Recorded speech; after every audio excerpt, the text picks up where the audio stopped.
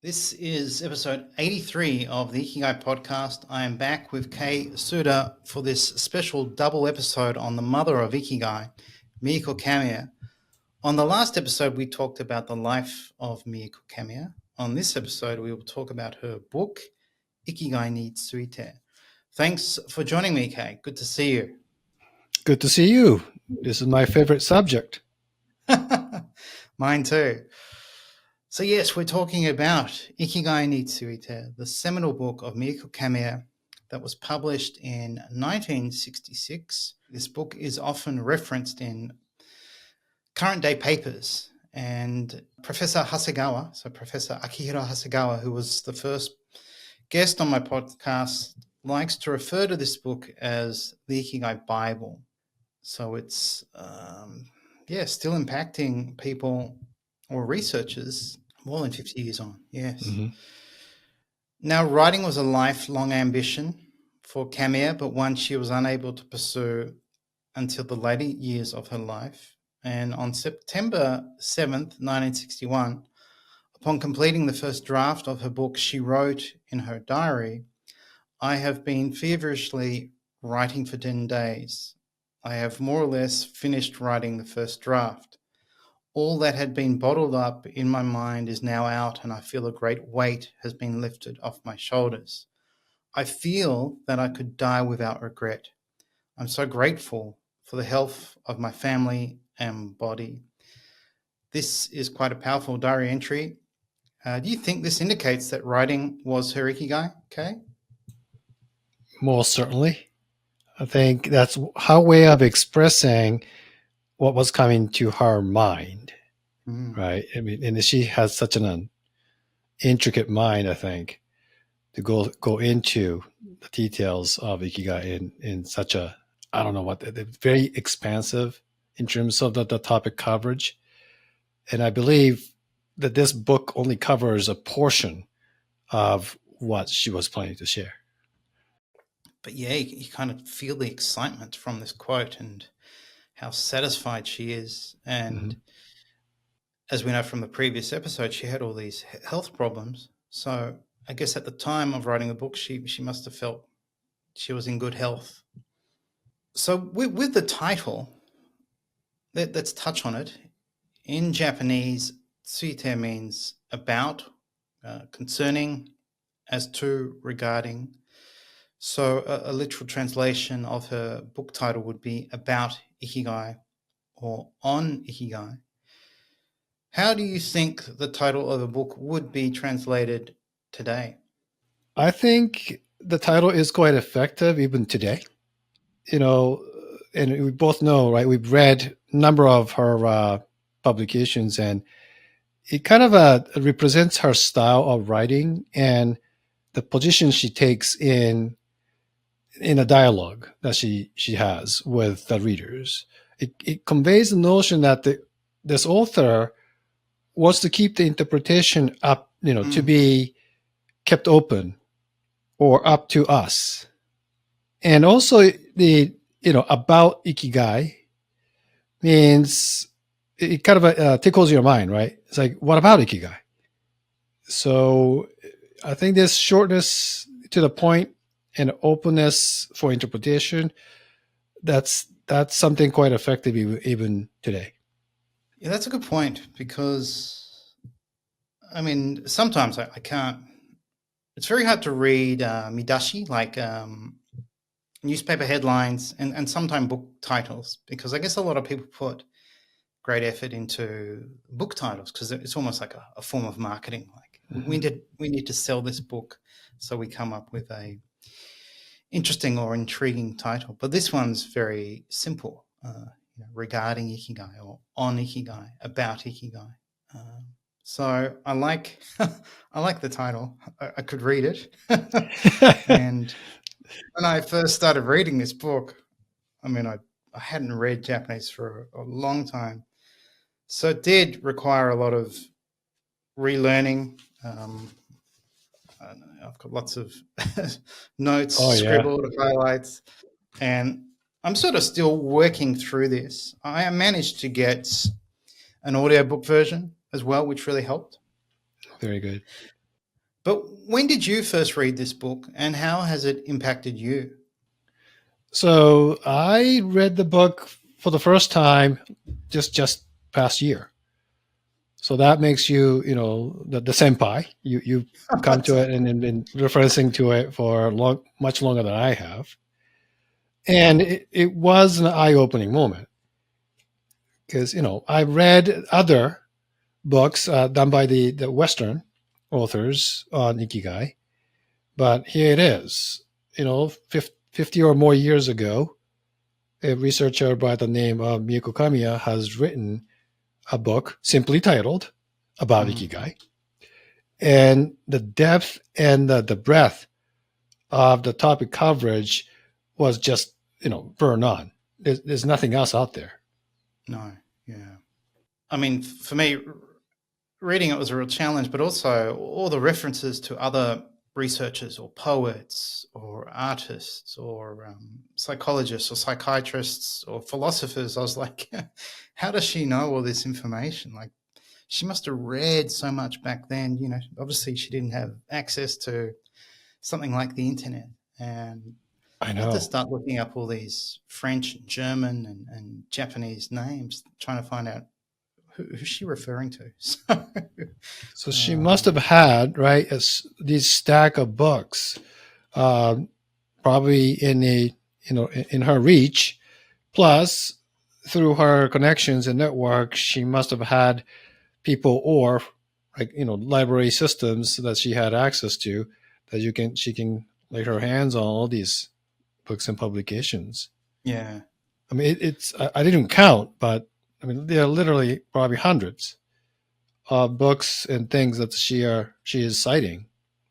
Yeah, I was going to say her citations quite extensive, but clearly writing was something she loved. She also kept a diary and she wrote other books. But this was her first book and perhaps the most impactful. And in the conclusion of the book, Kamiya wrote that it took her around 7 years to finish the book. So do you want to touch on that? And I can believe it too. And also, she mentions that the amount of material she had written to publish this book was about twice as much as the book itself. So it must have been such a long, arduous, process for her to make sure that which other topics she would like to highlight and maybe leave out. And so that process must have taken quite a long time. Mhm.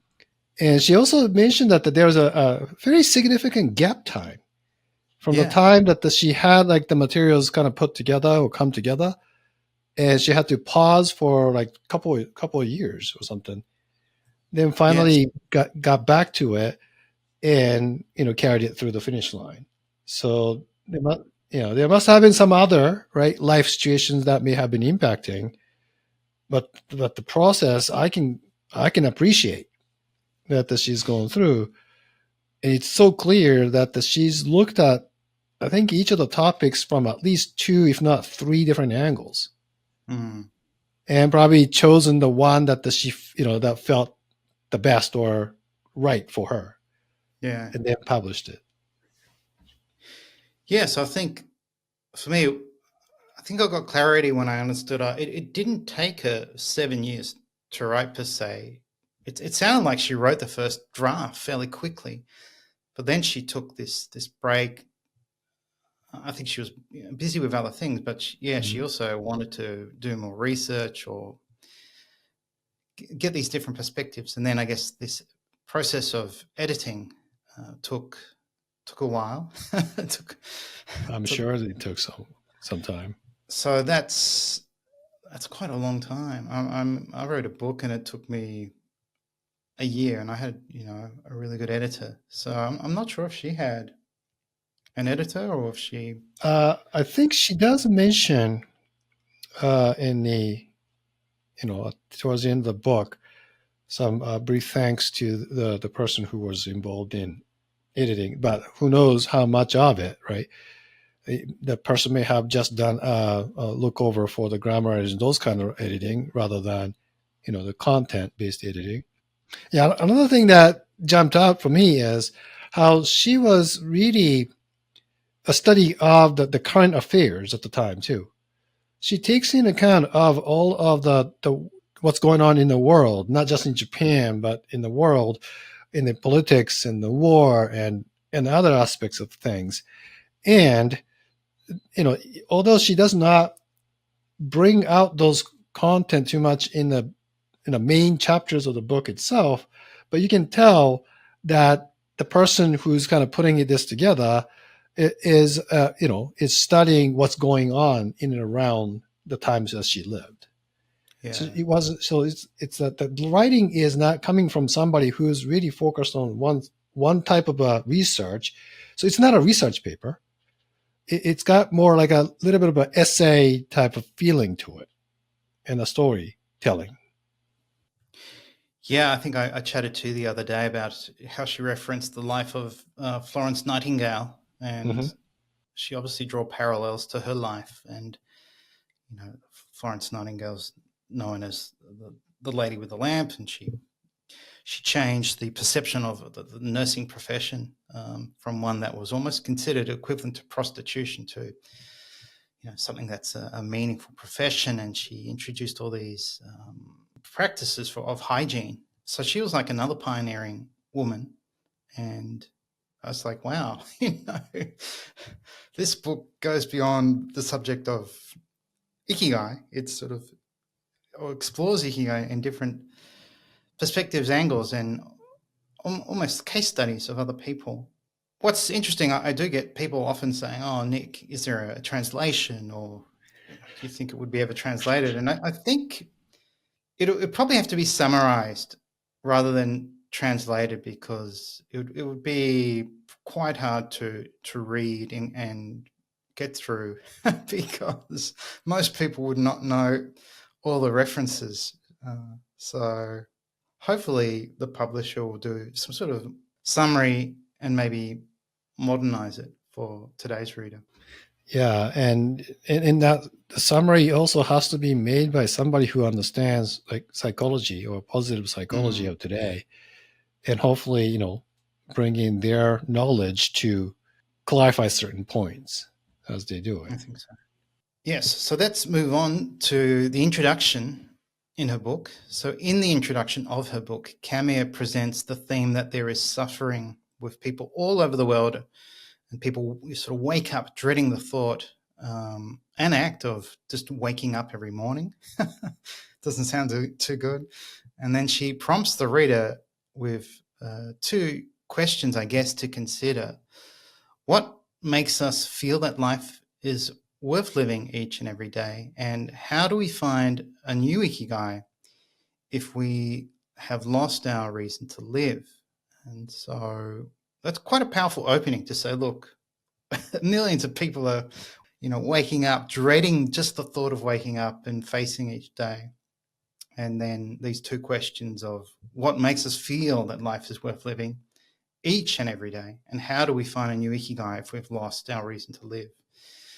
Yeah, I remember first reading the book and sort of translating and working out those two questions. And I thought, wow, these are profound, sort of significant questions.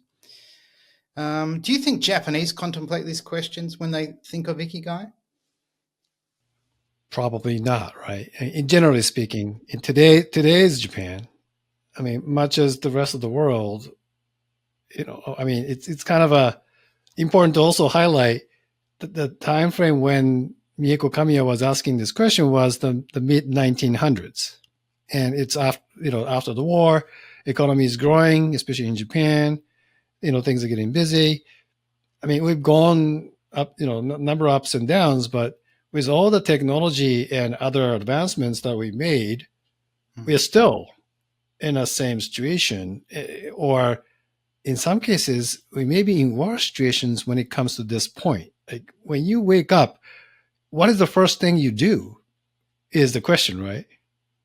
So we already touched on some people, having that, addicted to devices. But if you go reach out for your smartphone and start checking for what kind of notifications you received, the previous night while you're sleeping, I don't think you'll have the mindset to ask these questions. No, you're right. So the only people who ask these questions, regardless of them being Japanese or where they are the people who are able to develop that habit, maybe having the morning rituals to have a somewhat of a meditation session, or stay away from those devices. And in my case, I try to prepare my coffee, and then as I prepare it, preparing the coffee doesn't take much effort for me, but then I spend that time thinking, okay, what do I need to accomplish today, and how does that relate to my ikigai, or how does that kind of align to what I'm trying to accomplish in the future. And even then, I don't do that every day. Yeah, that's really important to make that time for ourselves, either in the morning or evening, or ideally both times of the day, to think, I have another day to do something with. But we seem to live on automatic, and technology's everywhere. So it's, I don't think it's just young people who go to bed with their phones. It seems everyone now does this. I think so too. Yeah, it's certainly not healthy. Well, the problem is the phone also act as a lot of people's alarm clock nowadays. So you have to reach to it, right, and to even stop it. But now, then you're gonna have to fight against your urge to look at the screen and start, checking the push notifications. Yeah, I mean, it's also an irony that many people use their phones because of meditation apps, and you'd think meditation would sort of rule out any external device to help you meditate. So it's an uphill battle, I think. Maybe here's a suggestion for the meditation app, companies. When you install one of those, it automatically turns off other push notifications. That would be ideal. It turns off your phone. So, yeah, I remember also reading on the question 2, how do we find a new ikigai if we've lost our reason to live? And I remember she described a loss of ikigai as a collapse of one's value system. And initially, I was trying to make sense of what does she mean, but then it kind of later made sense. Like, if your ikigai is a person you love, and they die, or you're in a relationship with them and you find out, let's say they're cheating on you, you would have this collapse of your values. If you valued love, trust, honesty, kindness, you'd almost feel like losing them has violated you and your belief in these values. So she really challenged, I think she must have challenged the readers at the time with these ideas of losing ikigai and what it means, and then how do you find a new one, and what it means to feel a life is worth living, not every day, not this idea of destination addiction that we've become, I guess, addicted to today. This idea, I'll be happy when I've achieved this, or when I have certain material success. So reading a book was a real challenge, but very eye-opening. And then for me, this big distinction came with her definition of ikigai and how she tied it to Ikigai Kan. And so she offers a 2-part definition. And I think it's her most recognized contribution to Ikigai literature. So let's have a look at how she defined it. She wrote, there are 2 ways of using the word ikigai. When someone says, this child is my ikigai, it refers to the source or target of ikigai. And when one feels ikigai, it's a state of mind. The latter of these is close to what Frankl calls sense of meaning. Here I will tentatively call it Ikigai Kan to distinguish it from the former ikigai.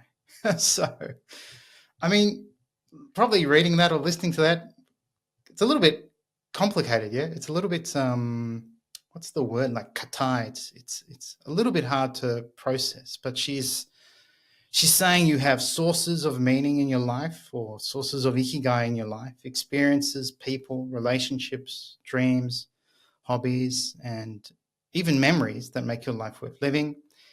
And then Ikigai Kan represents the emotions and feelings that these sources provide you to make you feel that life is worth living.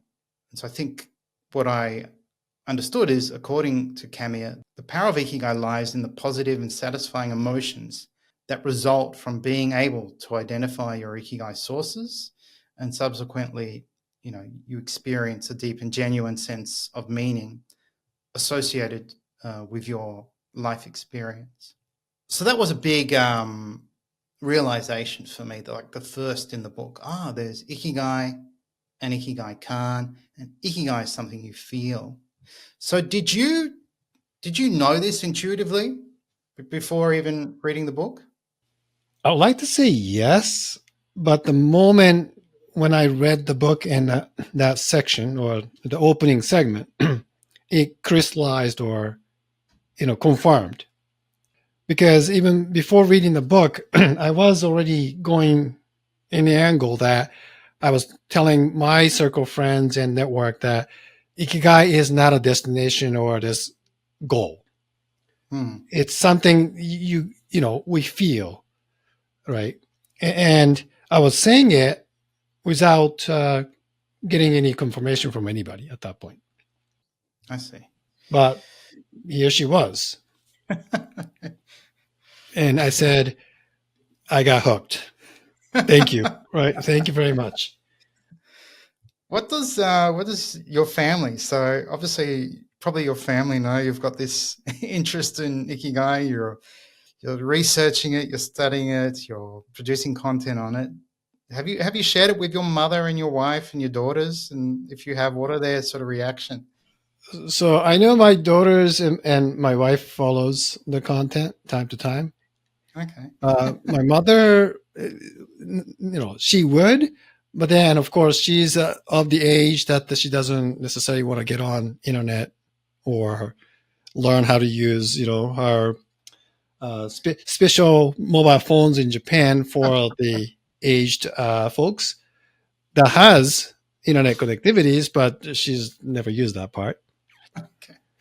But I do have I kind of weave in my conversations with her while I stay with her to see, how much of this Ikigai perspective is with people who really were, growing up around the same time that the Mieko Kamiya was growing up. Because I kind of want to know this differences in perspectives. Yeah, it would be helpful. That's something maybe we could explore. Yeah. So maybe we may find an opportunity to find some, retirees and other folks who may be willing to talk to us, Nick, and maybe have a conversation. Yeah, I'd like to do that, because I do remember reading one quote that for younger people, Ikigai is more associated to passion. And as you get older, it's more associated to this sort of internal, continuous sense of calmness. And that sort of makes sense. I think when we're young, we're ambitious. We want to do things and change things within ourselves or around us, maybe even the world. Then as we get older, we kind of realize, it's not just these bursts of excitement and passion, and having this grounded sense of calmness and this continuous sense of life satisfaction, makes life feel worth living. But then that calmness may come from, the retirees or people who may have accomplished something, Yes. in their previous part of their life. So if people feel that they haven't had the chance to do so, may still have this, fire in their mind or the willpower to accomplish something, and that will come through as a passion, I think, into the old age. I've known friends like that, and also I've seen people like that too. Yeah, I've still got plenty of passion, so I'm still wanting to do quite a few things.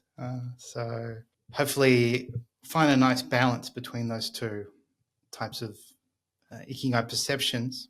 So moving on episode 77, we introduced the characteristics of Ikigai, but only touched on one of them. And you spoke about how Ikigai holds this nature of establishing a value system in the heart or the mind of the person who possesses it. So if our listeners haven't listened to that episode, we recommend you do. But in this episode, I thought it'd be helpful to touch on all of them. So can you share your translations of her 6 characteristics of Ikigai? I can certainly do that. So here they go. Number 1, Ikigai is something you feel. So that's the point we already discussed. Number 2, it's often experienced when we engage in activities we enjoy, such as playing, without a specific goal or outcome. And that last part is very important. Just before you move on, so that's where I guess we would describe the intrinsic nature, or we could associate Ikigai to intrinsic motivation, doing things simply because you enjoy doing them. Right. And, I may touch on this later too, but the apps we find on our phone, they are not intrinsic in terms of this sense of playing. There's usually goals associated with it. So then that's the issue. Number 3, it comes with spontaneity. You do it because you want to. So it is kind of tied to the point number 2. And I think this is the point that we covered in the previous podcast, right? This and the next one. So number 4, Ikigai is individualistic.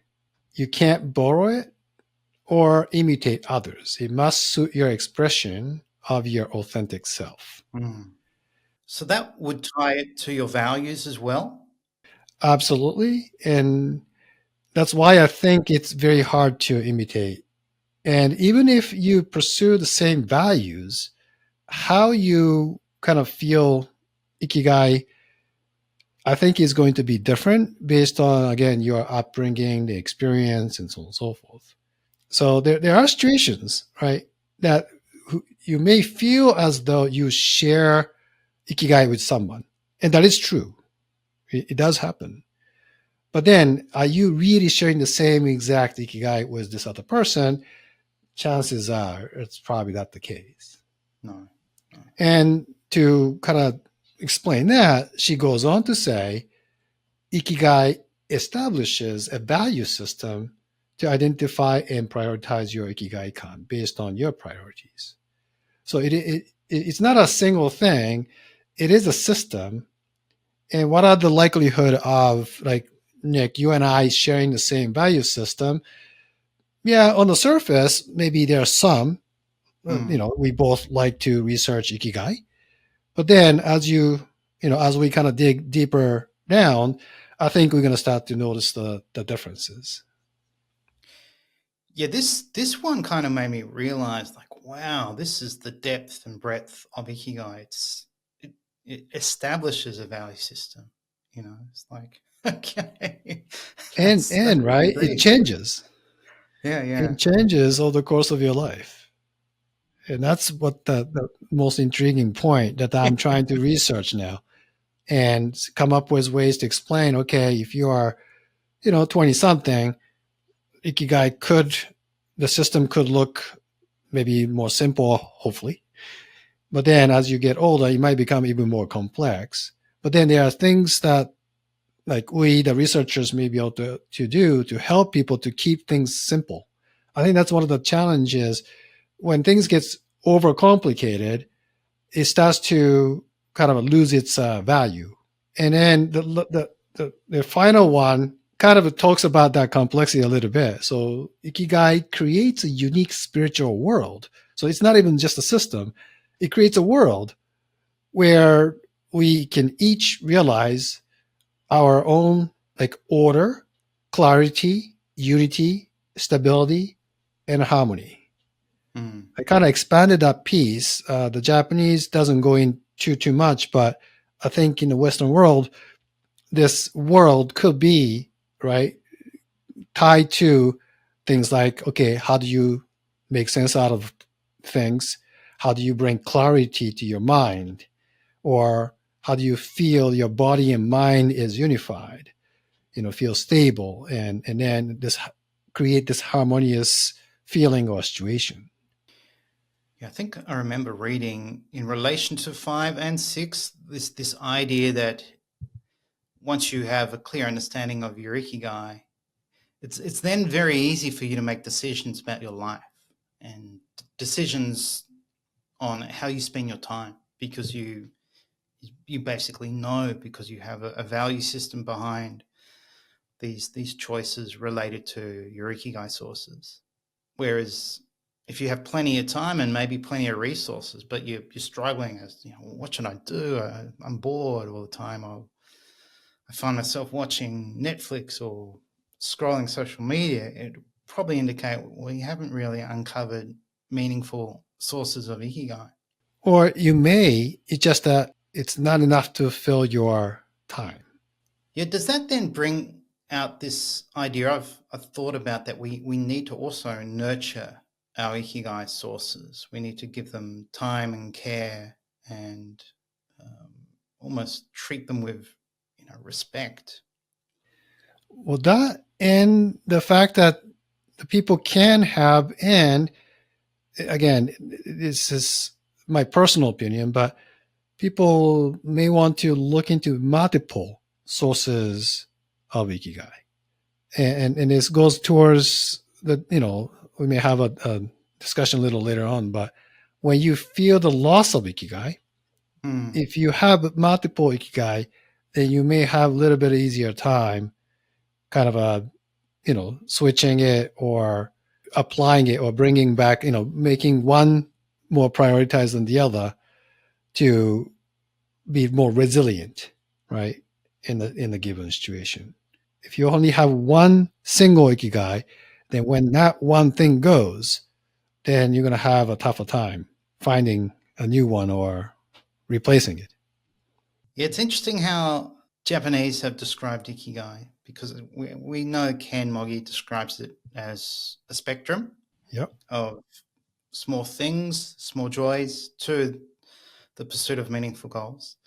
And then I was listening to a podcast where two Japanese were discussing ikigai, and they obviously planned the episode, because I think the guest came up with this idea of describing, you have salad ikigai.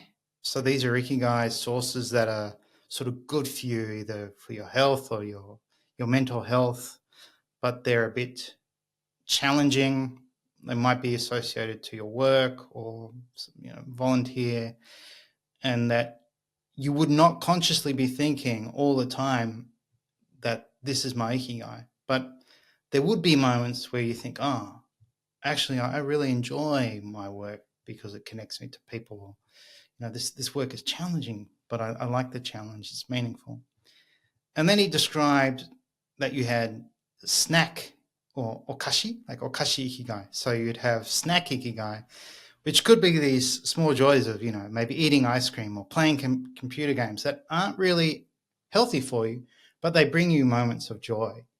So I thought that was a really interesting way for, the Japanese is saying, this is how I perceive ikigai. You've got these sort of meaningful sources of ikigai that require more energy and time, and they're better for your health and for your growth. But you can also have these almost unhealthy snack types of ikigai sources that just bring you joy in the moment.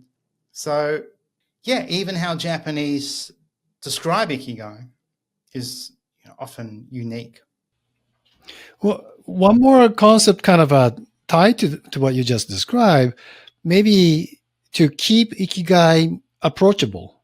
If it's this one and only thing, it becomes such a high hurdle for people to cross and apply it to their life.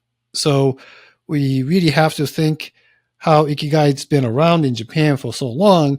It's not because it's this one thing and it's such a hard thing to achieve. It's because it can be interpreted into something it's a lot more easier to approach and practice. And then by doing so, right, over time, and if some people can spend the time to understand more about, the different characteristics that we just went through, or the what impacts, right? The Ikigai sources and the feelings, then they can get, I don't know, maybe the easiest way to say is like get better at using Ikigai as part of their life practices. Yeah, I agree with you. What's really interesting, Kei, is I did find a Japanese author, and maybe you know him. His name is Tsukasa Kobayashi. He wrote a book called, I think it's Ikigai Nanika, Jitsugen no Dori or something. And initially, Gordon Matthews referenced his work in his book, and he wrote that, your Ikigai is not your work. That's Hatarakigai, and your Ikigai is not your play. It's Asobigai. And he sort of real Ikigai only comes from self-actualization. And he directly related it to the growth need of Maslow's hierarchy of needs. And yeah, it kind of weighed me down. I thought, that makes it sort of impossible to achieve for most people. And so, like his perspective, I appreciate the perspective that he has, that perspective, but I really thought it makes it suddenly heavy and unapproachable almost, because he's saying you have to go beyond all these things of love and the satisfaction of all those needs of belonging and acceptance. And then only from there can you pursue Ikigai or, find your Ikigai or reach Ikigai. So it almost seemed like a Western interpretation from a Japanese scholar. Yeah. Yeah, it almost sounds like the Maslow's hierarchy of Oh, needs. it was. Yeah, he actually Right. uses he actually has a diagram in his book, and he sort of equates Ikigai to self-actualization, and a lot of reference to foreign psychologists or even business leaders in his book. But then that's what it is, isn't it? And it's part of the reason why I think the Ikigai is still very going strong in terms of people interested in learning and practicing, is that it's something you can't truly visualize and turn it into like a Western structure, so to speak. There's something about it that needs to leave, again, space for interpretation by the individuals, or like add your own culture here type of approach. Oh, it is. Yeah, that's a good point. It is a universal concept, but there is this. It kind of adapts to, I guess, culture of the culture where people are from.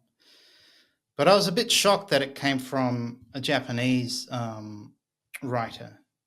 Yeah, so it's Ikigai to wa Nanika Chitsugen no Michi. And I mean, the title kind of reveals, because Jitsugen means what? Jiko Jitsugen means, self-actualization. So the path to self-actualization. That's right. So that reveals, I guess, his take on Ikigai. So there's plenty of books on Ikigai in Japanese, but they all seem to be written between the 60s and 80s. Yeah. Well, actually, I'll try to find a book at the library while I'm here.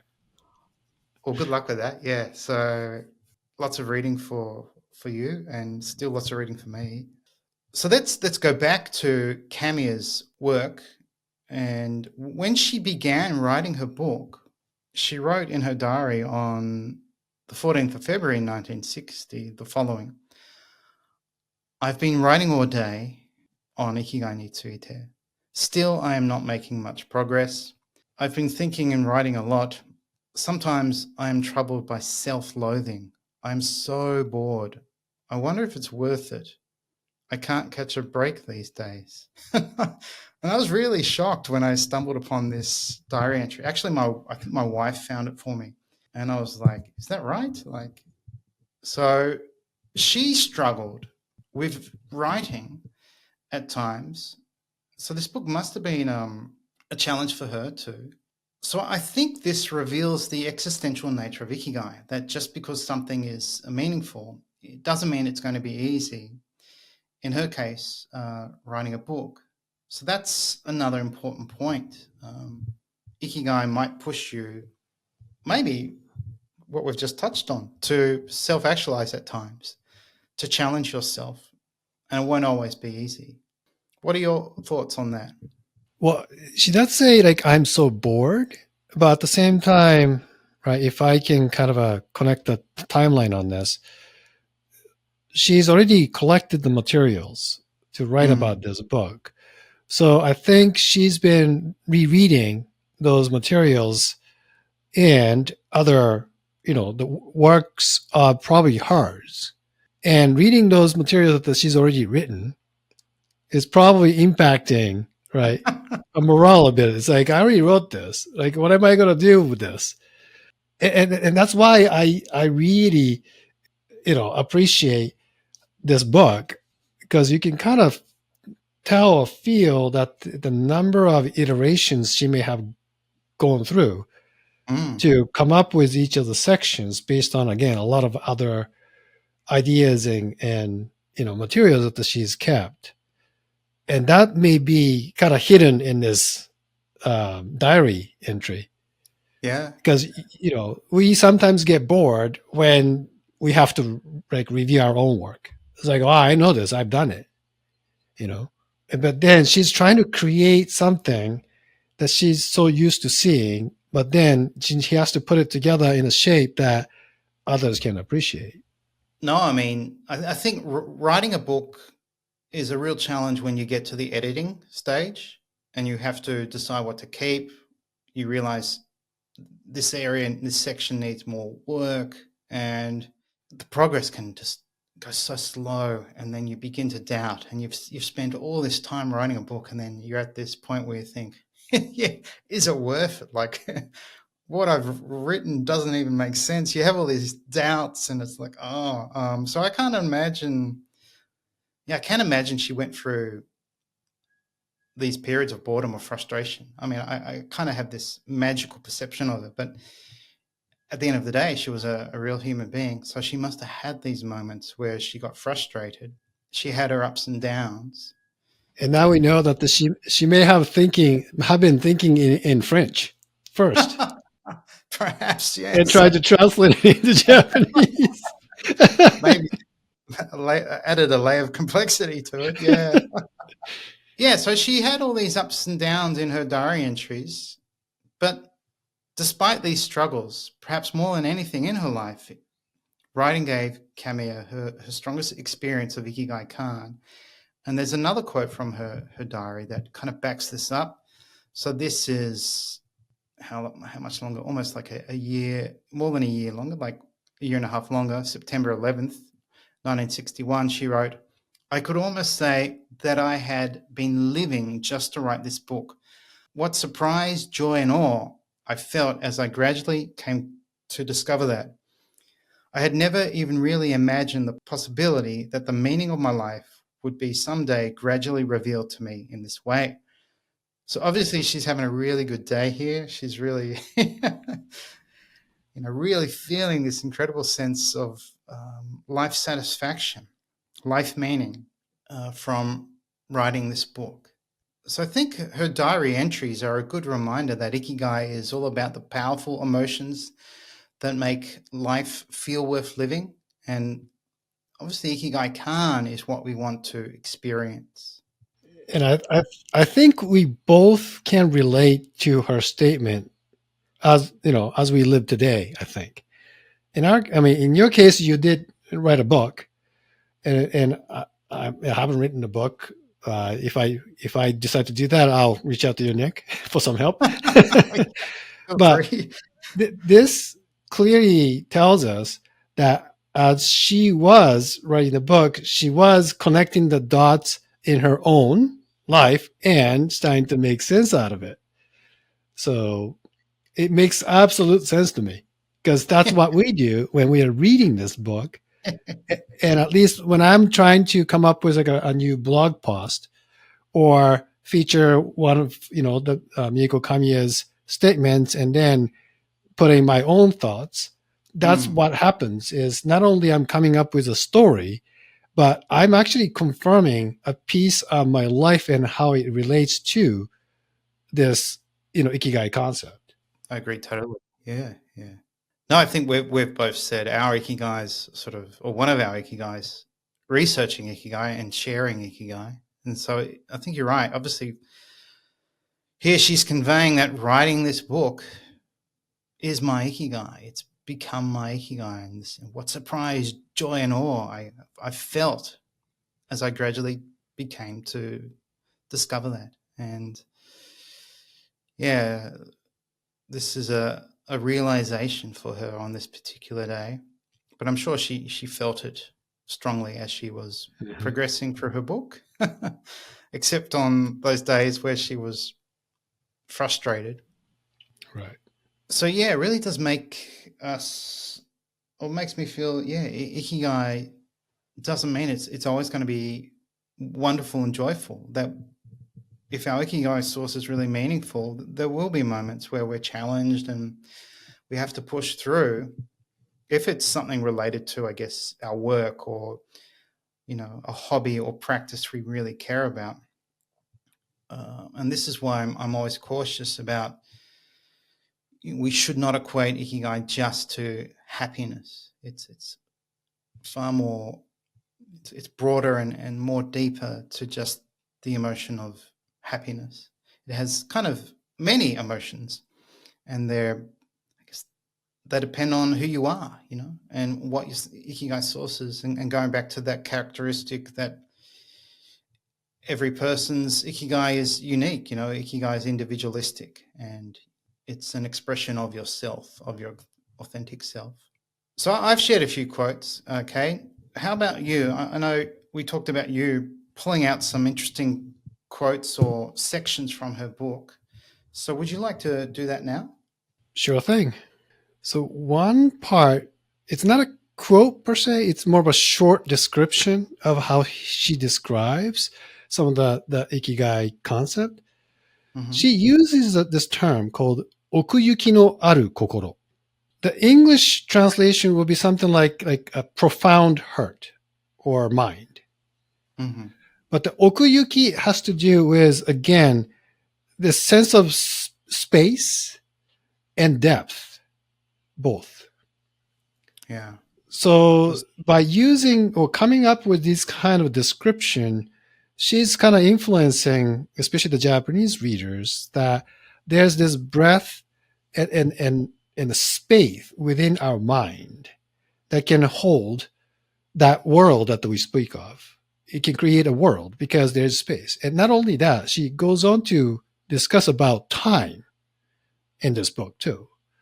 But not to mix the two together, I'll just stick to the spatial nature of it.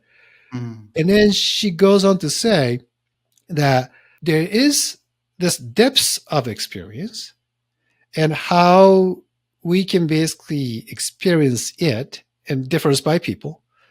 But the more deeper you can experience some situation, that the deeper your mind or the heart becomes.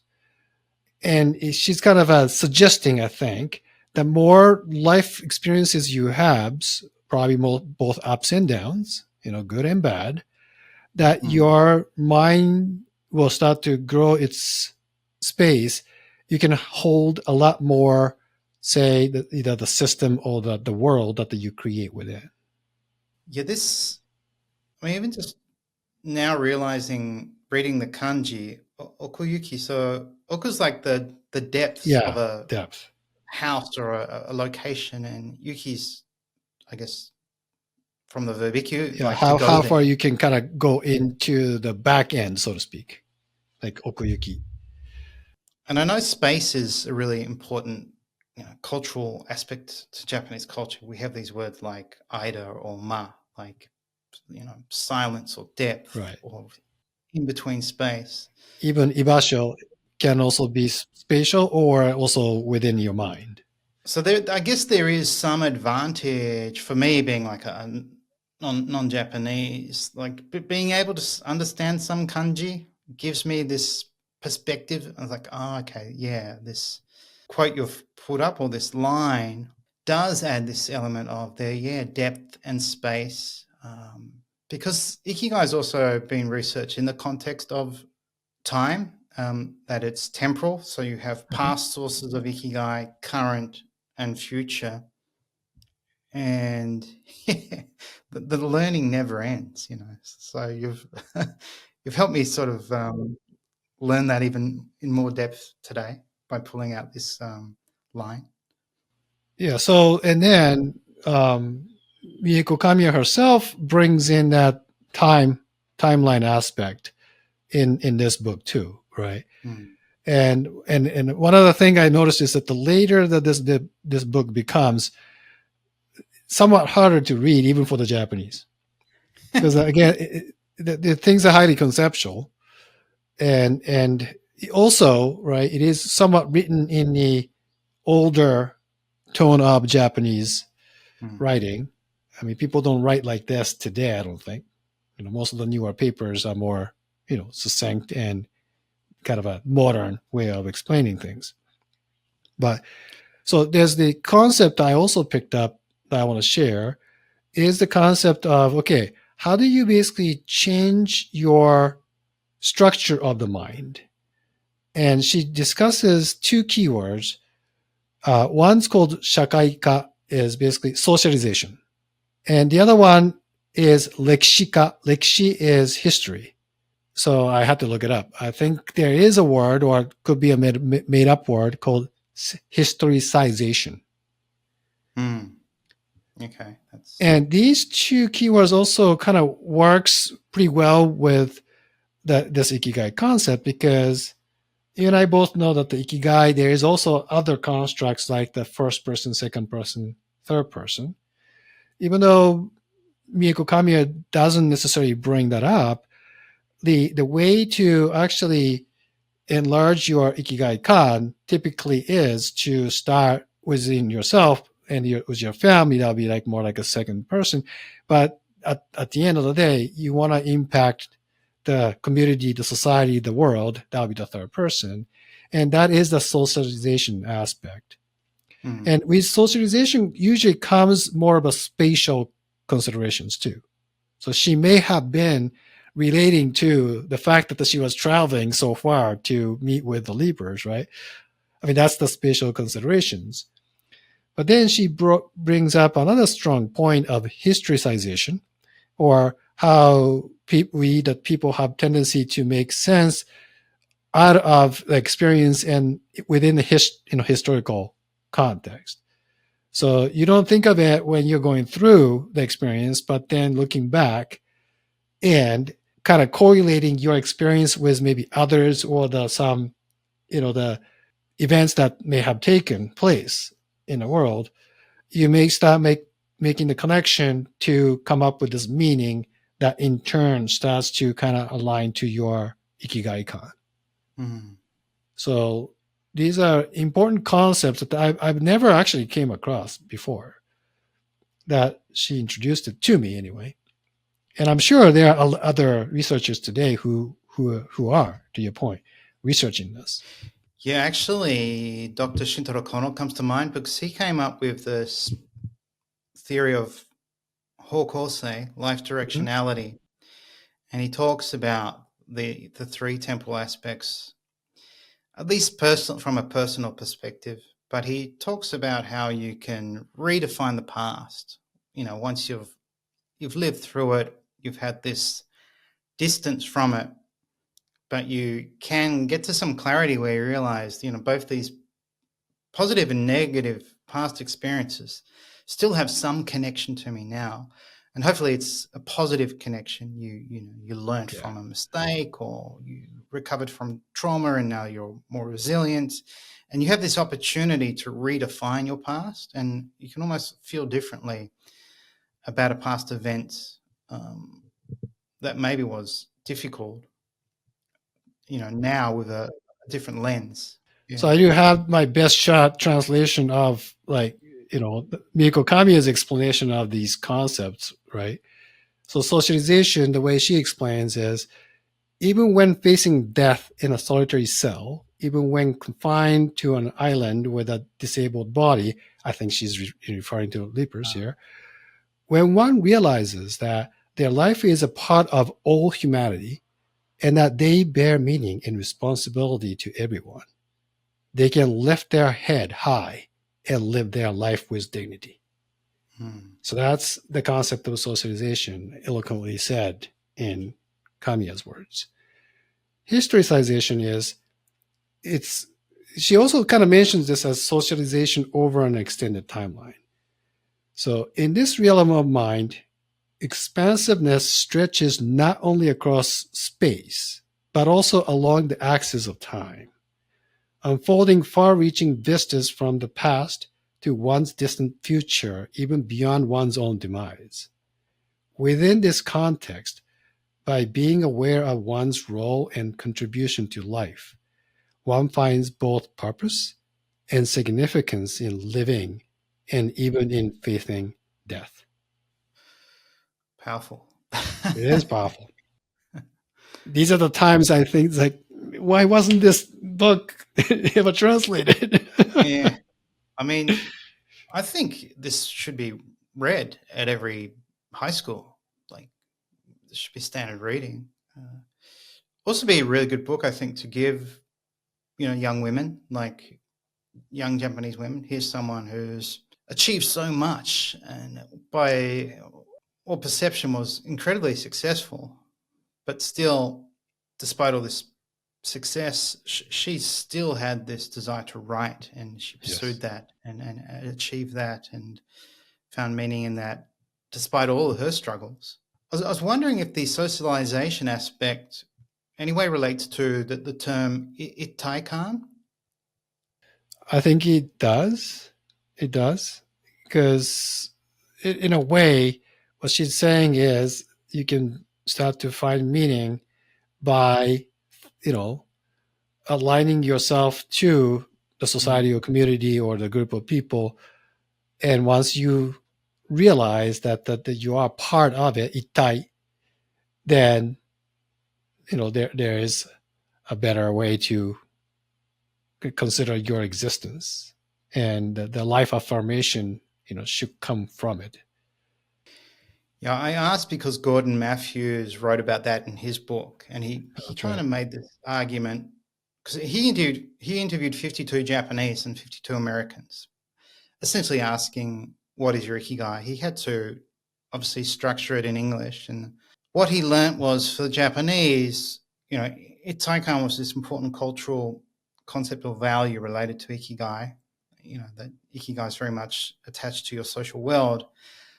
But many of the Japanese he spoke to also had this desire for jiko jitsugen, like this self-realization.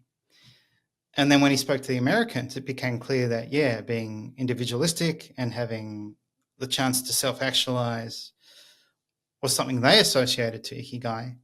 But for some of them, secretly, they also sought out, they wanted this sense of community or groupness, sort of suggesting they wanted itaikan. So what was culturally appropriate or available to each culture, some secretly wanted the opposite of what they had. And Japanese wanting to self-actualize and be individualistic, and some Americans found that too hard and they wanted to be more group-orientated in their life. That was an interesting insight. But Gordon Matthews kind of maintained that Ikigai is very much attached to your social world. And for many people, it was a question of love and family or personal growth and work, which still rings true today, I think. I think it is still true. At the same time, I think this technology and the connectedness is changing. The older we are today, we were less exposed to the connected devices and the apps and the gaming world, online gaming, that is. So our concept of, I think, society connections and first, second, third person may not be the same as the people who are growing up right now, in their Right. teens. They might see those definitions and say, well, my first person includes my family, and second person is this circle of friends all around the world that I connected with my, in a gaming world. Then what becomes the third person? Even bigger. Yeah, I wonder if we need to make a distinction though, because I think there's obviously a big difference between in-person connection and technology, the connection we can feel from technology. And I mean, we haven't met in person. We've established a friendship, trust. We're going to be doing things together, and I'm sure there's these mutual positive feelings. So technology has been incredibly beneficial for our relationship. But I'm sure once we meet in person, we're probably going to have a stronger sense of each other and more positive emotion. So it'd be interesting to see if we could bring Kamiya back to life and expose her to the current world, how she would interpret technology and its influence on Ikigai, and how much Ikigai can you feel from, I guess, what we might call this artificial connection, or this connection through, I guess, artificial means. And yeah, you're right. We're leaning more and more towards that. Many pros and cons. So Life is always both, isn't it?